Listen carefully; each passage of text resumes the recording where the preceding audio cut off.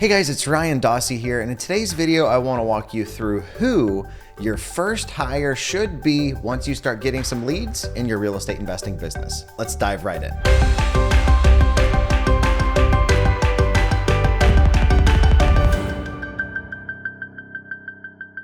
At this point, it's like a tale as old as time. I see a real estate investor start to get some traction.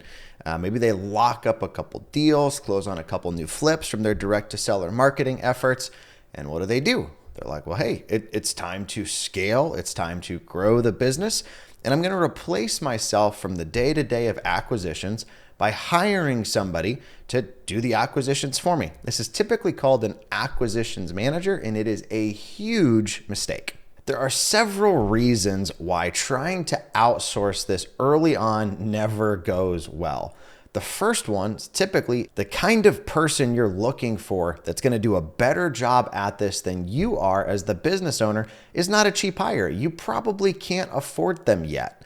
Often I'll see people throughout these like harebrained comp plans that are commission only, draw type structures with kind of this pie in the sky number of like, oh yeah, if you do 50 deals this year, you're going to make 100 grand, when like last year that investor only did 2.5, the half because like somebody pulled out or something. The second problem that I typically see is you don't have enough leads to keep that person busy full time. If you bring somebody in that is an A player, let's say you get lucky, find somebody that's really bought into what you're doing and they want to get on board and they're willing to take the risk, right?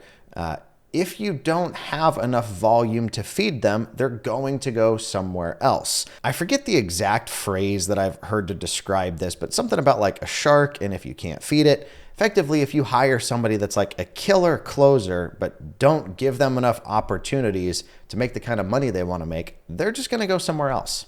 The third problem that I see is you typically don't just want them to do acquisitions. You want them to work the leads, go on the appointments, take the calls, analyze the deals, estimate the repair costs. Like we're getting into multiple jobs inside of one. The fourth problem I see that's kind of the culmination of all of these, they don't have enough leads. They can't afford to pay the person what they're worth.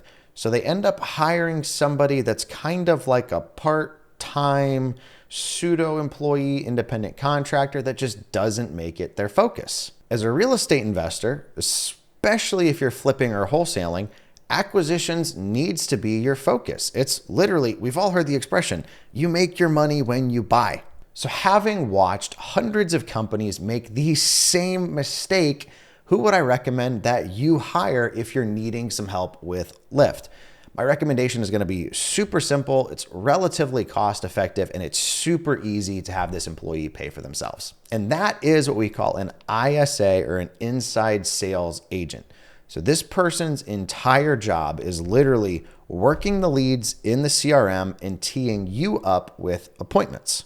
What I've found with real estate investors is that's really where they struggle, is in like the working leads part of the CRM. And ISA is doing all of that for you. They are chasing the sellers. They are setting up the appointments. They are helping with follow-up if somebody starts to go dark on you. So you can focus on what makes you the most money, actually operating the real estate business, running the appointments, talking to sellers, and making your offers.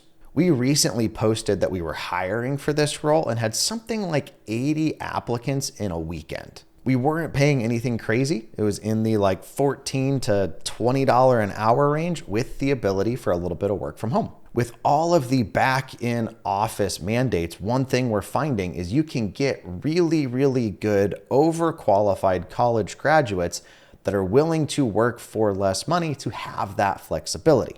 Now, my personal recommendation is that you do have them in office, or if you don't have an office yet, like in Starbucks with you to at least some extent. It's way easier to manage and oversee if it's like, hey, can you come here real quick, versus like, hey, can you hop on Zoom? The cool thing with this approach is if you start to get too many appointments that you're having a hard time keeping up with them, you can just get a little bit more strict on what criteria you look for before you go run the appointment. 90% of the real estate investors that I know really genuinely love meeting people. They enjoy that aspect of the business What they don't enjoy is the working the leads in the CRM and chasing, so you might as well outsource it. In the top comment on this video, I'm going to literally give you the job description and comp plan that got us those 80 applicants. Simply tap the link, punch in your info, and I'll flick it over to you instantly. Thank you guys for taking the time to hang out with me today. My name is Ryan Dossey. Hopefully you got value out of this. If you haven't already, be sure to like and subscribe. Otherwise, talk to y'all next time.